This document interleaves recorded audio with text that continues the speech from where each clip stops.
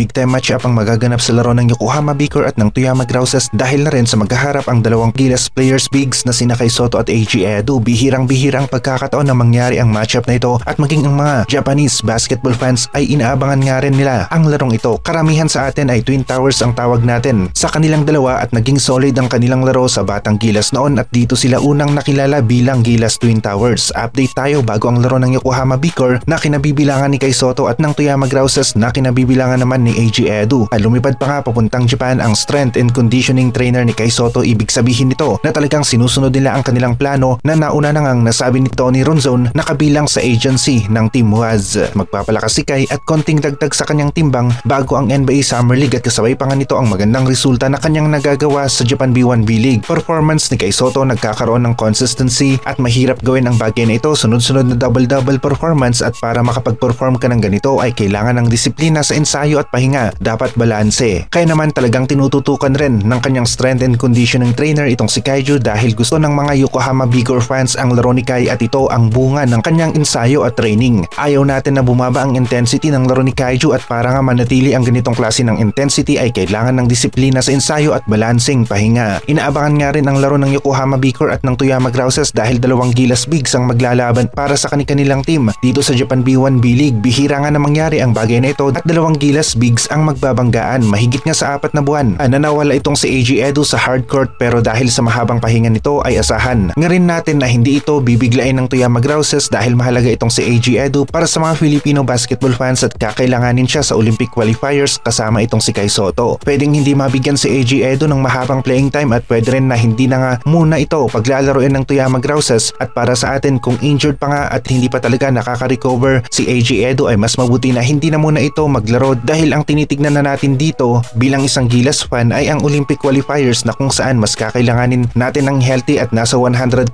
na Eiji Edo. Ay Yokohama Beacor fans nga rin nagugustuhan ang nilalaro ni Kai Sotto at Kawamura. Paano ba naman? Nagiging unstoppable sila sa karamihan ng kanilang mga plays at habang tumatagal ay mas lalong nagiging swabe pa nga ang galawan nila bilang combo sa loob ng basketball court. May mga players na naging kilala bilang best duo sa NBA guard center ang usapan at posible na maging best duo rin ang Kai Sotto Kawamura dito sa Japan B1B League. Yun ay kung mananatili si Kai sa Yokohama at mas magiging pulido pa ang galawan nilang dalawa habang tumatagal na naglalaro sila bilang magkakampi. Patuloy pa rin ang goal ni Kai na umabot sa NBA kaya naman lahat ay posible pa rin na mangyari sa karera ni Kai Sotto sa basketball. Pwedeng makalusot na ito sa NBA Summer League 2024 at lumipat ng liga at team at posible rin naman na mananatili nga siya dito sa Japan B1B League at sa team ng Yokohama Beacor dahil sa ganda ng laro ni Kai ngayon at consistency na kanyang ipinapakita ay marami nga rin ang nakapansin sa kanyang performance. Nagsisimula na ngang magka-interest ang mga ibang teams at liga dito kay Kai habang papalapit ang pagtatapos ng mga seasons ng liga. Malapit-lapit nga ang araw ng laro. Yokohama Beacor kontra sa team ng Toyama Grouses. Big time matchup ang magaganap sa pagitan ng dalawang Gilas players at Yokohama buhay na buhay pa sa season na ito. Playoffs kaya pa nilang pumasok sa pamamagitan ng pagiging isang wildcard team.